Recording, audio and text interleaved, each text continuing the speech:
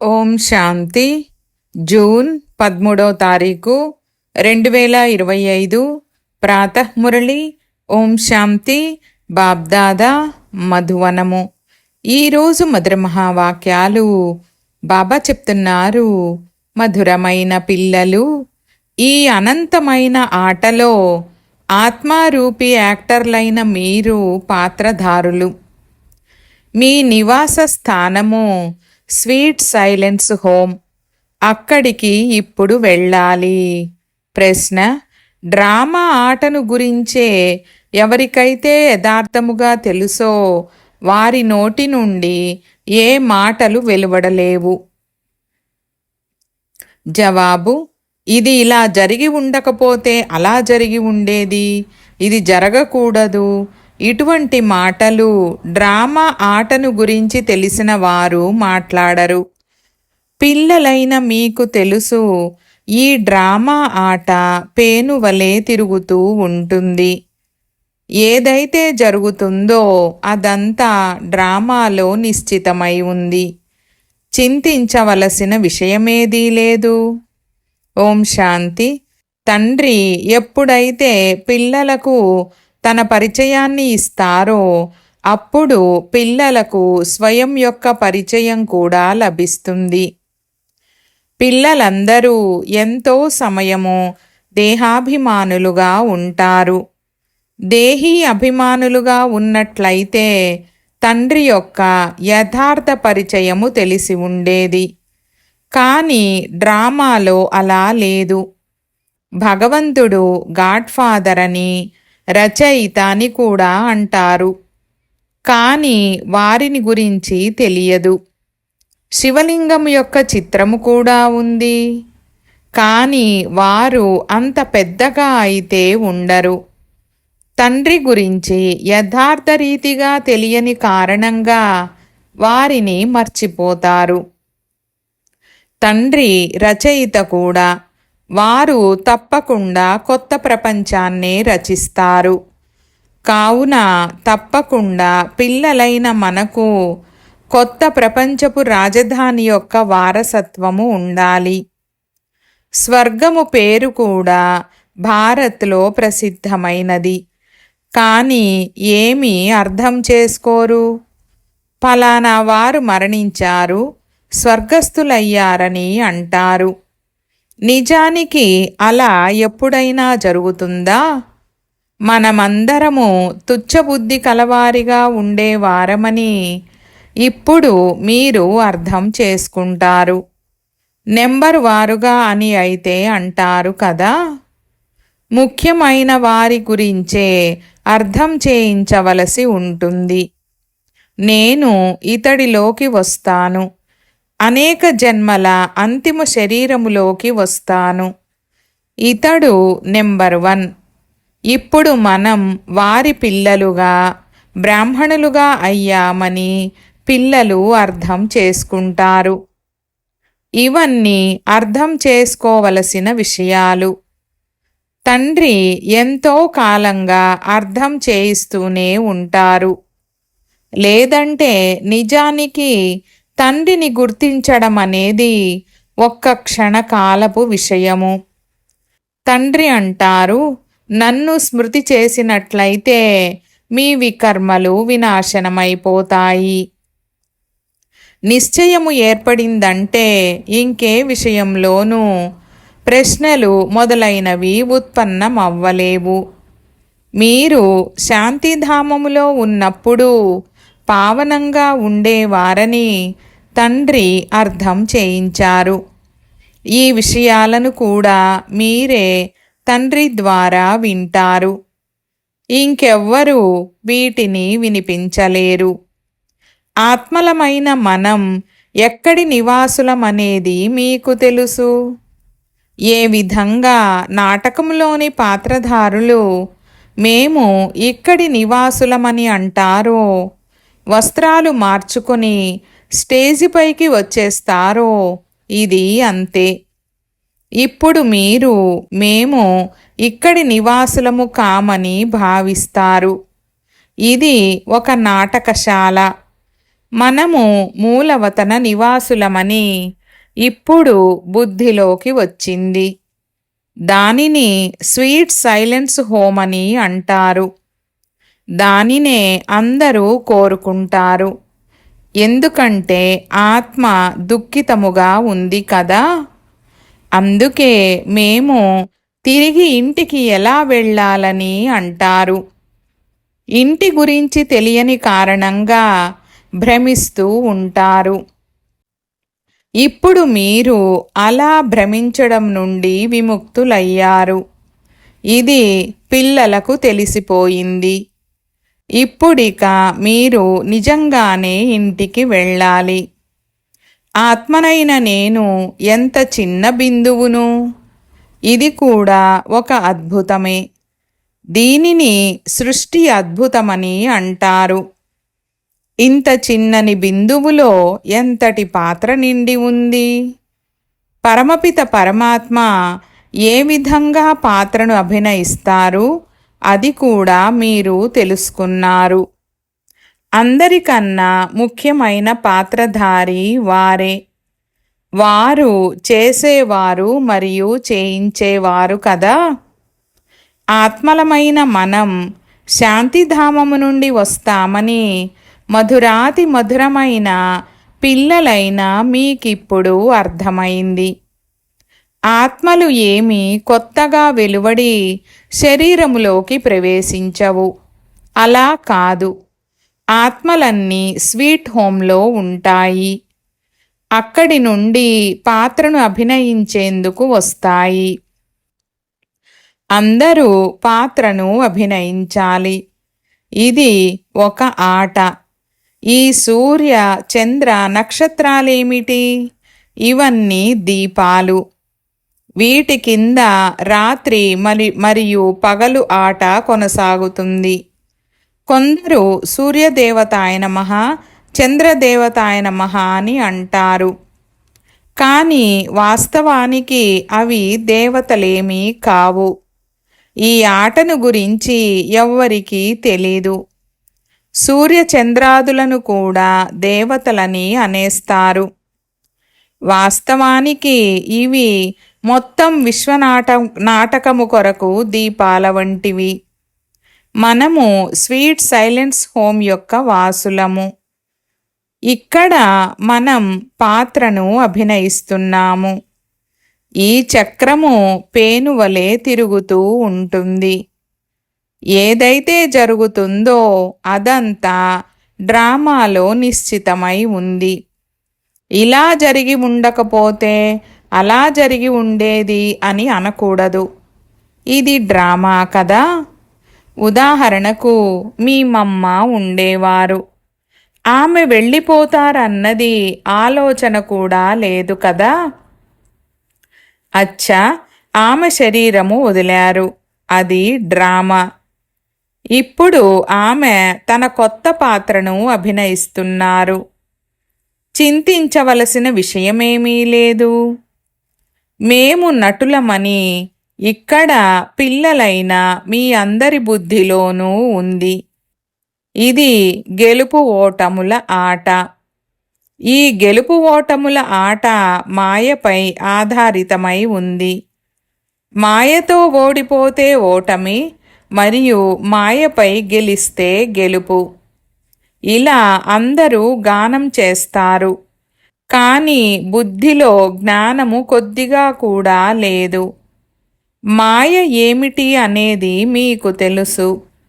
ఇక్కడ ఉన్నది రావణుడు. అతడినే మాయ అని అంటారు. ధనాన్ని సంపద అని అంటారు. ధనాన్ని మాయ అని అనరు. ఫలానా వారి వద్ద ఎంతో ధనముంది కావున వారికి మాయా నశ ఎంతో ఉందని మనుషులు అంటూ ఉంటారు. కానీ మాయ యొక్క నశ ఏమైనా ఉంటుందా? మాయనైతే మనము జయించేందుకు ప్రయత్నిస్తాము. ఇక్కడ ఏ విషయంలోనూ సంశయం ఉత్పన్నం అవ్వకూడదు. అపరిపక్వ అవస్థ ఉన్న కారణంగానే సంశయం ఉత్పన్నమవుతుంది. ఇప్పుడిది భగవాను వాచ. ఎవరి కోసము? ఆత్మల కోసము. భగవంతుడు అంటే తప్పకుండా శివుడే. వారు ఆత్మలతో మాట్లాడతారు. శ్రీకృష్ణుడైతే దేహధారి. వారు ఆత్మలతో ఎలా మాట్లాడతారు? మీకు దేహధారి ఎవరు జ్ఞానాన్ని వినిపించడం లేదు. తండ్రికైతే దేహము లేదు. మిగిలిన వారందరికీ దేహము ఉంది. ఎవరినైతే పూజిస్తారో వారిని స్మృతి చేయడం సహజమే. బ్రహ్మ, విష్ణు, శంకరులను దేవతలని అంటారు. శివుణ్ణి భగవంతుడని అంటారు. ఉన్నతోన్నతుడు భగవంతుడు. వారికి దేహము లేదు. మూలవతనములో ఆత్మలు ఉన్నప్పుడు మీకు దేహము ఉండేదా? లేదు కదా. అది మీకు తెలుసు. ఆత్మలైన మీరే ఉండేవారు. ఈ బాబా కూడా ఆత్మయే. కేవలం వారు పరమ ఆత్మ. వారి పాత్ర మహిమ చేయబడింది. వీరు పాత్రను అభినయించి వెళ్ళారు. అందుకే పూజ జరుగుతుంది. కానీ 5000 సంవత్సరాల క్రితం కూడా పరమపిత పరమాత్మ అయిన రచయిత వచ్చారన్నది తెలిసిన మానవ మాతృలు ఒక్కరు కూడా లేరు. వారే స్వర్గస్థాపకుడైన గాడ్ ఫాదర్. ప్రతి 5000 సంవత్సరాల తర్వాత కల్పము యొక్క సంగమములో వారు వస్తారు. కానీ కల్పము యొక్క ఆయువును పెద్దగా చేసేయడంతో అందరూ మర్చిపోయారు. పిల్లలైన మీకు తండ్రి కూర్చొని అర్థం చేయిస్తున్నారు. బాబా, మేము మిమ్మల్ని కల్పకల్పము కలుసుకుంటాము మరియు మీ నుండి వారసత్వాన్ని తీసుకుంటామని మీరు స్వయం అంటారు. మళ్ళీ ఎలా పోగొట్టుకుంటారో అది బుద్ధిలో ఉంది.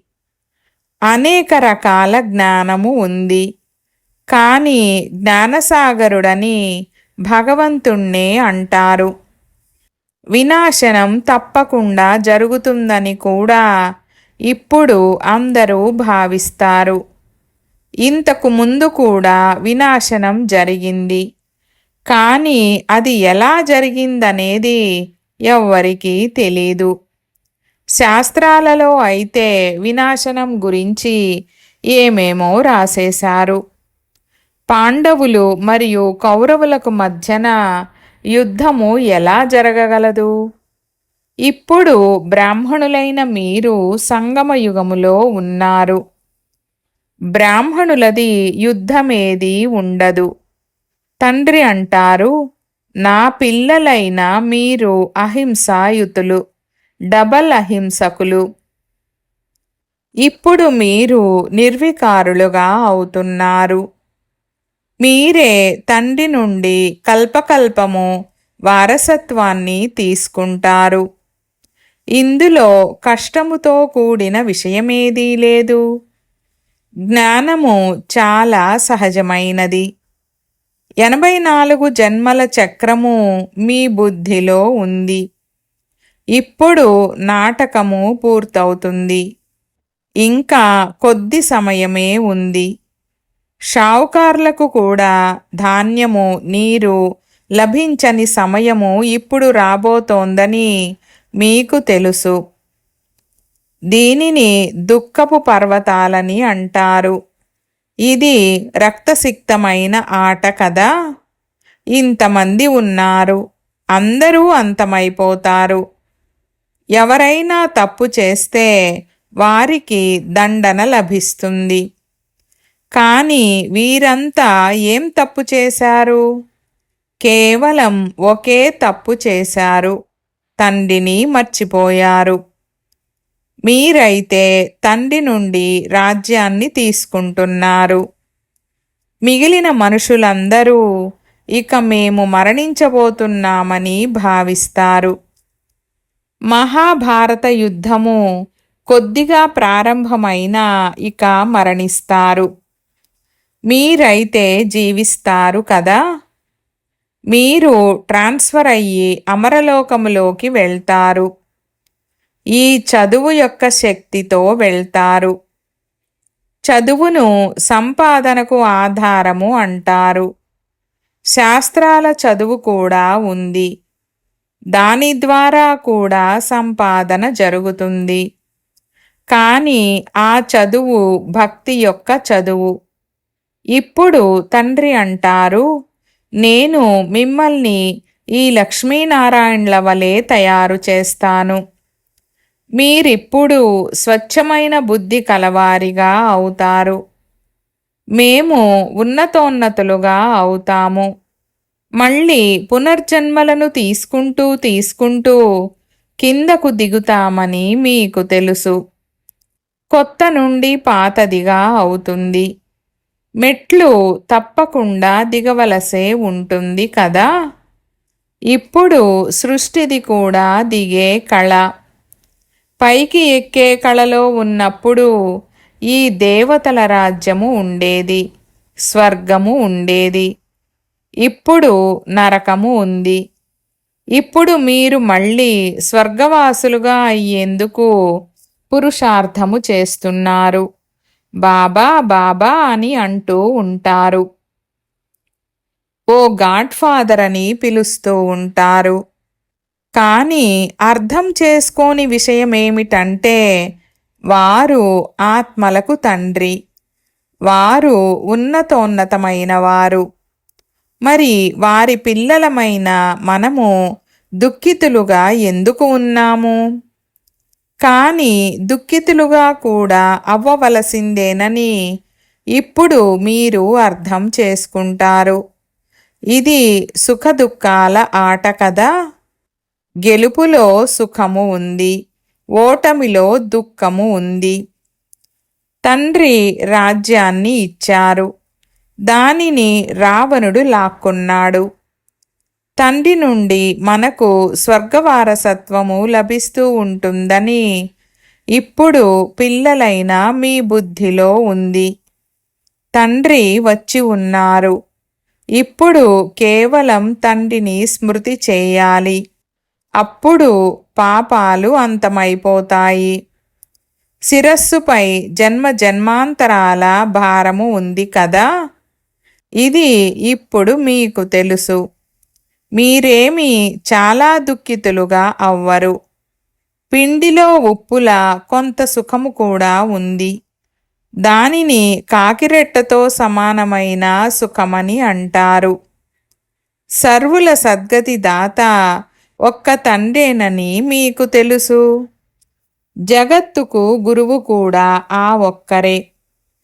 వానప్రస్థావస్థలో గురువును ఆశ్రయించడం జరుగుతుంది. కానీ ఇప్పుడైతే చిన్నపిల్లల చేత కూడా గురువును ఆశ్రయించేలా చేస్తారు. అతడు ఒకవేళ మరణిస్తే సద్గతిని పొందుతాడు కదా అని భావించి అలా చేస్తారు. తండ్రి అంటారు, వాస్తవానికి ఎవ్వరిని గురువని అనలేరు. గురువు అంటే సద్గతినిచ్చేవారు. సద్గతి దాత అయితే ఒక్కరే. ఇకపోతే క్రీస్తు, బుద్ధుడు మొదలైన వారెవ్వరూ గురువులు కారు. వారు వచ్చినప్పుడేమైనా అందరికీ సద్గతి లభిస్తుందా? క్రీస్తు వచ్చారు. వారి వెనుక ఆ ధర్మానికి చెందిన వారందరూ రావడం మొదలుపెట్టారు. వారు వారందరినీ కిందకు తీసుకువచ్చేందుకు నిమిత్తమైనప్పుడు మరి వారిని గురువని ఎలా అనగలరు? పతిత పావనుడని ఒక్క తండ్రినే అంటారు. వారు అందరినీ తిరిగి తీసుకువెళ్ళనున్నారు. వారు స్థాపన కూడా చేస్తారు. ఎందుకంటే స్థాపన చెయ్యకుండా కేవలం అందరినీ తీసుకువెళ్ళినట్లయితే అది ప్రళయమైపోతుంది. కానీ ప్రళయము జరగదు. సర్వశాస్త్రమయీ శిరోమణిగా శ్రీమద్భగవద్గీత గానం చేయబడింది. యదా యదా హి అన్న గాయనము ఉంది. భారత్లోకే తండ్రి వస్తారు. స్వర్గరాజ్యాధికారాన్ని ఇచ్చేవారు తండ్రే. వారిని కూడా సర్వవ్యాపి అని అనేస్తారు. కొత్త ప్రపంచములో మొత్తం విశ్వముపై మన ఒక్కరి రాజ్యమే ఉంటుందని ఇప్పుడు పిల్లలైన మీకు ఎంతో సంతోషముంది.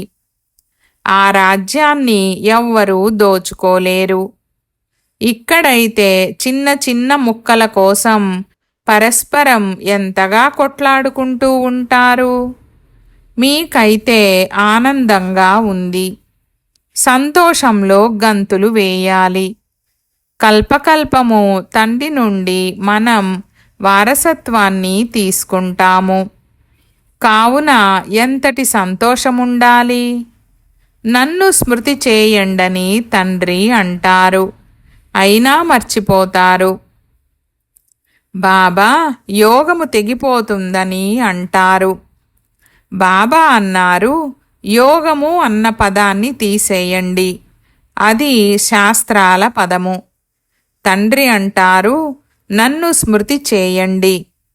యోగము అన్నది భక్తి మార్గపు పదము. తండ్రి నుండి స్వర్గరాజ్యాధికారము లభిస్తుంది. మీరు వారిని స్మృతి చేయకపోతే వికర్మలు ఎలా వినాశనమవుతాయి? రాజ్యము ఎలా లభిస్తుంది? స్మృతి చేయకపోతే పదవి కూడా తగ్గిపోతుంది, శిక్షలు కూడా అనుభవిస్తారు. ఆ తెలివి కూడా లేదు. అంతటి అవివేకులుగా అయిపోయారు. నేను కల్పకల్పము మీకు చెప్తాను, నన్నొక్కరినే స్మృతి చేయండి, జీవిస్తూనే ఈ ప్రపంచము నుండి మరణించండి అని. తండ్రి స్మృతి ద్వారా మీ వికర్మలు వినాశనమవుతాయి మరియు మీరు విజయమాలలోని మణులుగా అవుతారు. ఇది ఎంత సహజము. ఉన్నతోన్నతుడైన శివబాబా మరియు బ్రహ్మ ఇరువురు హయ్యెస్ట్ ఉన్నతోన్నతమైన వారు. వారు పారలౌకికమైన వారైతే వీరు అలౌకికమైన వారు. ఎంతో సాధారణమైన టీచర్. ఆ టీచర్లైతే శిక్ష విధిస్తారు, కానీ ఈ టీచర్ అయితే ముద్దు చేస్తూ ఉంటారు. వీరంటారు, మధురమైన పిల్లలు, తండ్రిని స్మృతి చేయండి, సతోప్రధానంగా అవ్వాలి. పతిత పావనుడు ఒక్క తండ్రియే, గురువు కూడా వారే. ఇంకెవ్వరూ గురువు కారు. బుద్ధుడు నిర్వాణము చెందారని అంటారు. అవన్నీ ప్రగల్భాలే. ఒక్కరు కూడా తిరిగి వెళ్ళలేరు. అందరికీ డ్రామాలో పాత్ర ఉంది. ఎంతటి విశాల బుద్ధి మరియు సంతోషముండాలి. పైనుండి కింద వరకు మొత్తం జ్ఞానమంతా బుద్ధిలో ఉంది. బ్రాహ్మణులే జ్ఞానము తీసుకుంటారు. శూద్రులలోనూ మరియు దేవతలలోనూ ఈ జ్ఞానము లేదు. ఇక అర్థం చేసుకునేవారు అర్థం చేసుకుంటారు. ఎవరైతే అర్థం చేసుకోరో వారికి మృత్యువే. పదవి కూడా తక్కువైపోతుంది. స్కూల్లో కూడా చదువుకోకపోతే పదవి తక్కువైపోతుంది. అల్ఫ్ అనగా బాబా మరియు బే అనగా రాజ్యాధికార వారసత్వము.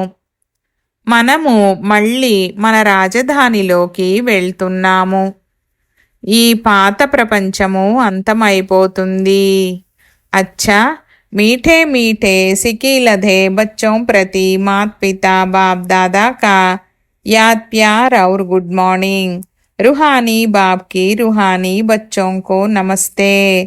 हम रूहानी बच्चों की रूहानी बाप दादा को याद प्यार गुड मॉर्निंग और నమస్తే నమస్తే బాబా నమస్తే. ధారణ కొరకు ముఖ్య సారము 1వ పాయింట్. తండ్రి మనకు ఎటువంటి కొత్త విశ్వం యొక్క రాజ్యాధికారాన్ని ఇస్తారంటే ఇక దానిని ఎవ్వరూ దోచుకోలేరు. ఈ సంతోషములో గంతులు వేయాలి.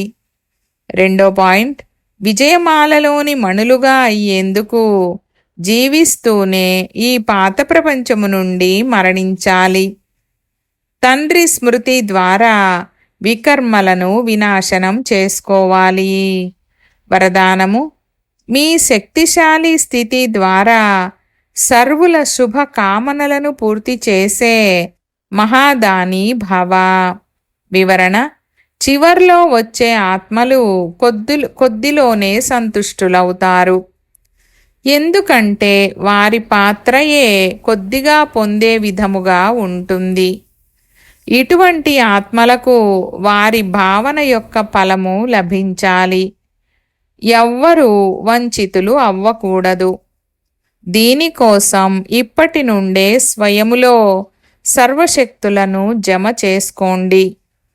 ఎప్పుడైతే మీరు మీ సంపూర్ణ శక్తిశాలి మహాదాని స్థితిలో స్థితులవుతారో అప్పుడు ఏ ఆత్మనైనా మీ సహయోగముతో మహాదానమునిచ్చే కర్తవ్యము యొక్క ఆధారముతో శుభ భావన యొక్క స్విచ్ను ఆన్ చేయడంతోనే దృష్టి ద్వారా అతీతులుగా చేసేస్తారు.